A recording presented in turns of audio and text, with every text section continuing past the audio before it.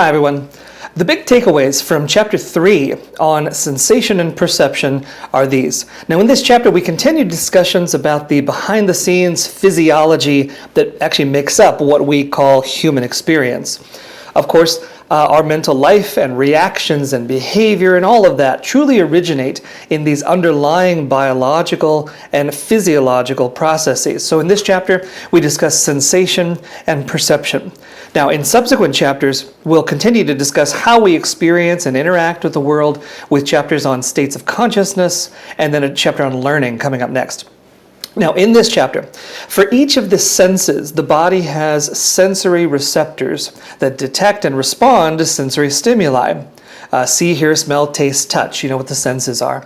Now, in previous science classes, you may have studied the human ear, hearing, nose, smelling, tongue for taste. So here we focus on vision, touch, the skin, and the space orientation senses. These all contribute in important ways to what we collectively call human experience. Now, this is a psychology class, not a biology class, so we're going to focus on very specific things. So, of course, takeaway number 1 in this chapter, be sure you know the difference between sensation and perception. It's right there in the title.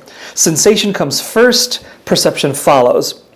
Perception means we interpret the incoming sensory data from any of the 5 senses. Sensation is the first process through which the senses pick up visual, auditory, or other kind of sensory stimuli and transmit this information to the brain. The first process we call sensing. Perception is the second process by which sensory information is actively organized by the brain. The second process we call interpreting. So be sure you know the difference between sensation and perception. Second big takeaway from this chapter, let's talk about vision. As I straighten my glasses, let's talk about vision.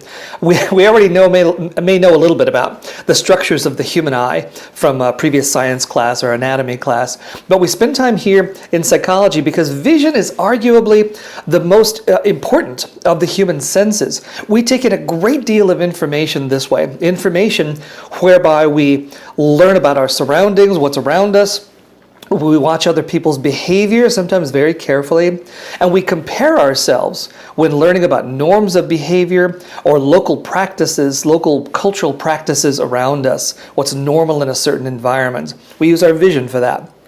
Now, there's only 4 parts of the eye that you need to know: rods and cones, the photoreceptors that produce vision in the full color spectrum, black and white in color, the optic nerve, and the blind spot, which is where the optic nerve leaves the back of the eyeball. Now, there are many parts of the eyes, like the parts of the brain in our last chapter, but this is not a biology class, so we only need to know specific critical parts. Takeaway number 3 in this chapter, let's talk about skin. Skin gives us the sensation of touch, as well as, by the way, sensing temperature and pain. Nerve endings, the sensory receptors in the skin, respond to different kinds of stimulation, including heat and cold, pressure, pain, and a vast range of touch sensations that really vary depending on what part of the body you're talking about. Those neural impulses ultimately register in the somatosensory somatosensory cortex in the brain. That's on top of your head, so the parietal lobe. Pain, interesting. Pain can be a valuable warning and a survival mechanism, a pretty important mechanism for learning safety and self-protection.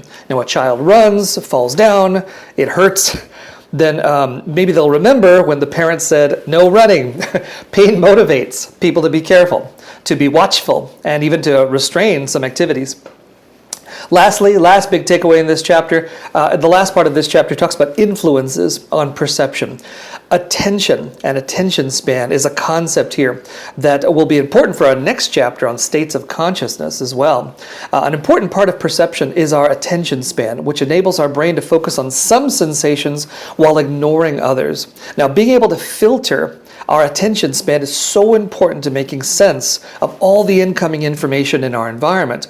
The brain needs to be selective in order to accomplish the huge task of integrating information from all of the different senses, especially to process complex stimuli like speech, listening to speech, and movement of objects and people.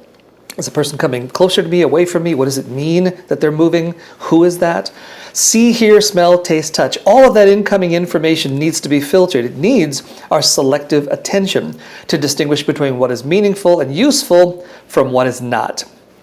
Pretty important. So in summary, the big takeaways from Chapter 3 on sensation and perception are these. Be sure you know the difference between sensation versus perception, number one. Number two, vision is arguably the most important of the human senses because we take in a great deal of information this way.